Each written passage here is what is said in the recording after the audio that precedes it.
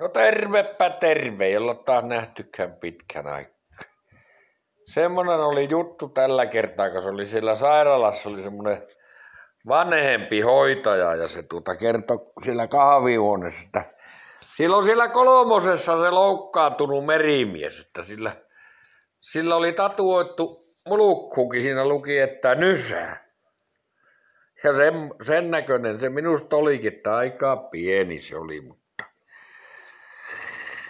joo, se naureskeli sitä ja tämä vanhempi hoitaja. Sitten siinä oli semmoinen nuori nätti hoitaja, se siinä punasteli ja se sanoi, että mie kun kävin sitä kylvettämässä tässä tätä joku aika sitten, niin siinä vehkeessähän luki selvästi, että Niilas Yrjänän poika Sammelkuru Äkäslompolosta.